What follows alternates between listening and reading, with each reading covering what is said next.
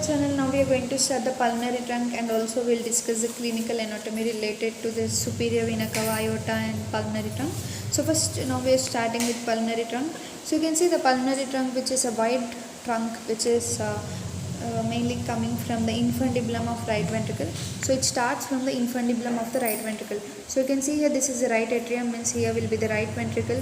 So all the deoxygenated blood which is coming by means of inferior vena cava, superior vena cava will enter the right atrium, and from the right atrium the deoxygenated blood travels to right ventricle, and from the right ventricle at the infundibulum point the pulmonary artery starts. So pulmonary artery is in turn divided into the left pulmonary artery and the right pulmonary artery.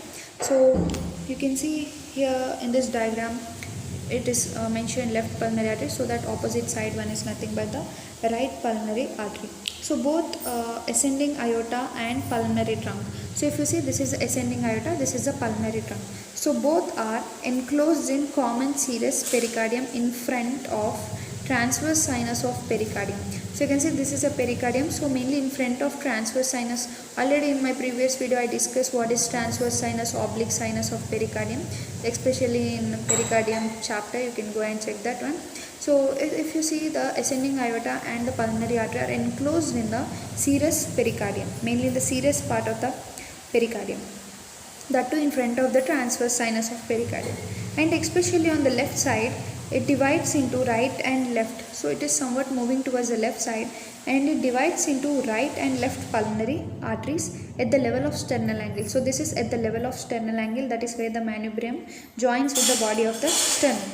So mainly the right pulmonary artery is course to right behind the ascending aorta. So you can see right coronary artery is passing behind the ascending aorta and also behind the superior vena cava, anterior to the esophagus. It is passing anterior to the esophagus. So if you see here, you can understand this is pulmonary trunk, and you can see here somewhere is the esophagus. So this is the esophagus. So you can see anterior to the esophagus only the pulmonary trunk is traveling, and it is traveling behind ascending aorta and also behind the superior vena cava to become a part of root of the lung. Already if you see in my lung videos also, you will understand that what is the root of the lung.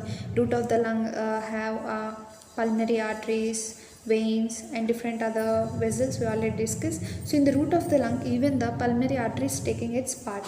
So mainly it gives the first branch to the upper lobe of the lung artery, which mainly descend posterior lateral to main bronchus and divide like a bronchi into lobar and segmental arteries. So if you see here, you will get that clearly. So here you can see mainly the pulmonary artery is traveling anterior to esophagus. It becomes a part of the root of the lung and gives its first branch to upper lobe, and in the lung the arteries descend posterior lateral to the main bronchus and divide like a bronchi into lobar and segmental arteries. So this pulmonary artery, the right pulmonary artery, is first giving branch to upper lobe, and after that it is converting into the lobar and segmental arteries. So lobar and segmental arteries which are present in the lung are nothing but the right pulmonary artery. So now we will see the right pulmonary artery. You can see here the right pulmonary artery course to right behind ascending aorta. So we will discuss now about the left pulmonary artery. So if you see in this diagram, the left pulmonary artery, this one, the left pulmonary artery pass to left anterior to descending thoracic aorta. So you can say it is passing anteriorly to the descending thoracic aorta. So you can see here this is pulmonary trunk, means this is right side, sorry, this is right side, this is left side. So it is anterior to the descending thoracic aorta. So you can say this is descending thoracic aorta, so it's anterior to it. So like that it is moving towards the left side. So even in this diagram you can clearly appreciate that this is the descending thoracic aorta, right? So it's anterior to the descending thoracic aorta and passing towards the left side of the lung. So by this it turns into the root of the left lung, at the beginning attached to the arch of aorta by ligamentum arteriosum. So actually in the beginning of our birth, this arch of aorta is sometime, arch of aorta is connected like this to the left pulmonary artery. Then this is called as ligamentum arteriosus. It's a remnant of ductus arteriosus. Actually, if you see in embryology lectures of mine, I also did embryology videos. So if you see there, you'll understand what is ligamentum arteriosum and ductus arteriosum, which are the nothing but ligamentum arteriosum is present in adults. It is a remnant of ductus arteriosus. The ductus arteriosus is actually present in children. So the rest of the course is same as right branch. Even it will also form a lobar or segmental arteries of the left lung. So what the pulmonary arteries mainly form in the lungs?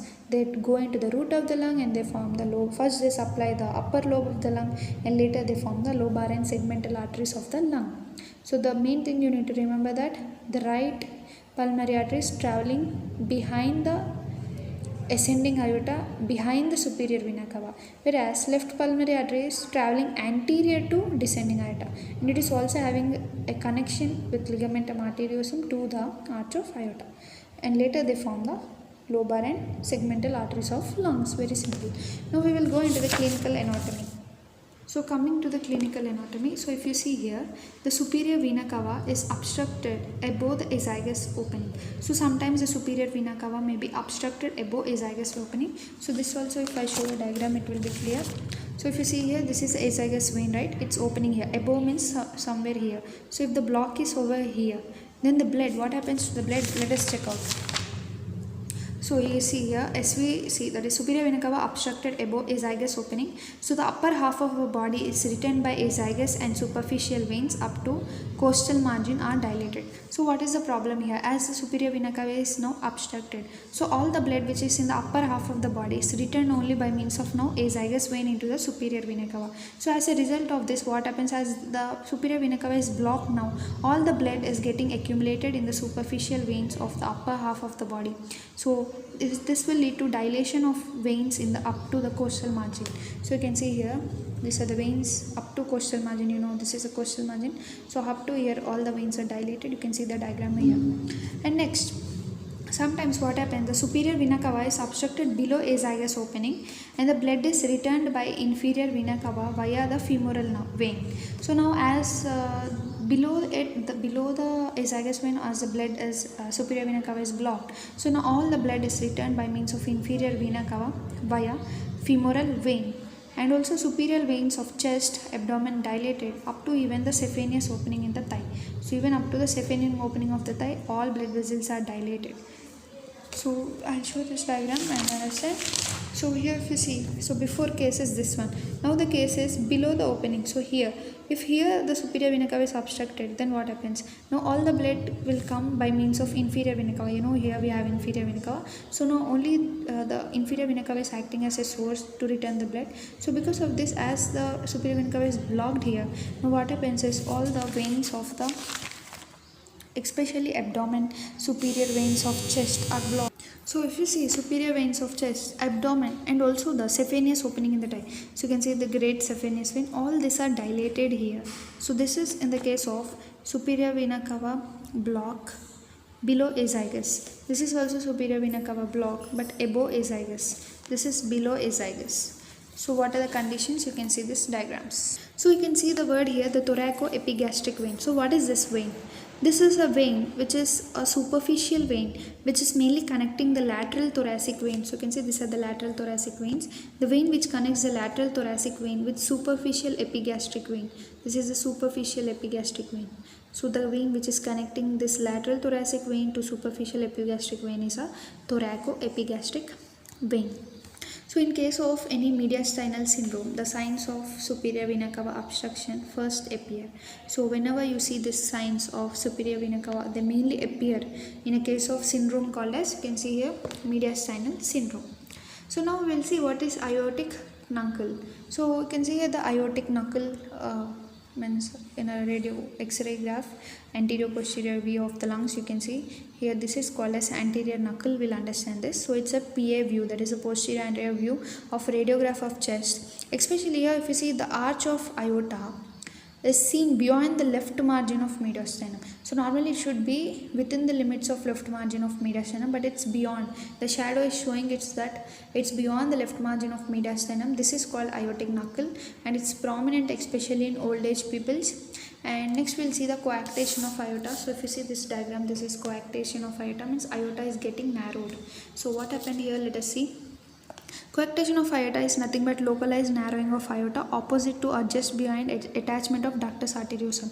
So here actually the ductus arteriosum will connect, right? So just near to it, if the aorta is getting narrowed, that is called coarctation of aorta.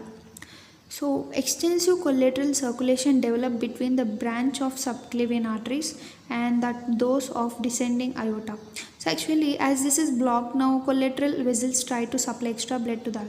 So mainly they try to form the collateral circulation by branches of subclavian arteries and those of descending aorta. So this include anastomosis between anterior and posterior intercostal arteries. So actually now, because of this problem, anterior intercostal arteries mainly they form the anastomosis and enlarge greatly and produce, you can see, notching of the ribs.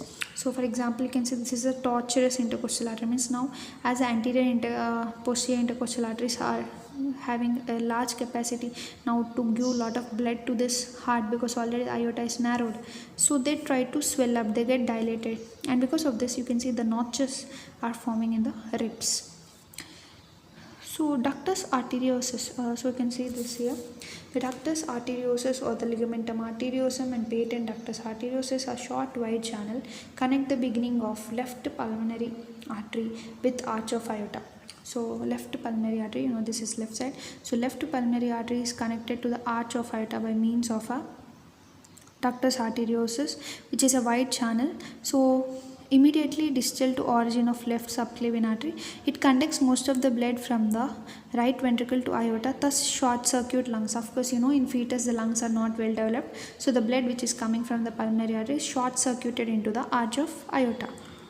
So it conducts most of the blood from the right ventricle to aorta, and after birth it is closed and functionally within week and anatomically within about 8 weeks. So remnants of ductus form the fibrous band called ligamentum arteriosum. So left recurrent laryngeal nerve hooks around ligamentum arteriosum. Here, for example, here will be the ligamentum arteriosus. Yeah, this is a perfect diagram. You can see here the patent ductus arteriosus. So here the left recurrent laryngeal nerve will hook to this around ligamentum arteriosus. So ductus may remain patent after the birth. The condition is called patent ductus arteriosus. So this is a condition, if it's even present after the birth, it's called patent ductus arteriosus and may cause serious problems, conditions. So there may be some serious problems with this. About this also I discussed in our embryology, you can check out there. So this should be surgically treated. So actually what is the problem here? You can see this is the blood which is venous blood. So it's a mixed blood. Venous blood is coming into arch of aorta, means whole of our body will be supplied by mixed blood. Then the baby may not have a sufficient respiration and also sufficient proper functions. Actually in fetus what happens, even though it's a mixed blood, it will go to the umbilical arteries and veins. Mainly umbilical veins, they try to oxygenate them. But here in the case of adults, there is no umbilical veins, so there's a problem, there is a mixed blood in the body. So to prevent that, we need to surgically remove this ductus, patent ductus arteriosus. Next we'll see the aortic aneurysm. So this condition, you can see this is aortic aneurysm. This is localized dilation of aorta which may pressure upon surrounding structures and cause mediastinal syndrome. So mediastinal syndrome is also caused by aortic aneurysm.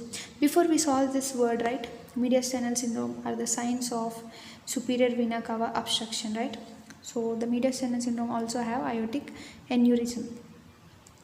So they cause symptoms like dyspnea, dysphagia, dysphonia. What is dyspnea? Means it's very hard for them to take breath. You can see here dyspnea means very hard to take breath. Dysphagia means very hard to swallow the food. Dysphonia means very hard to speak.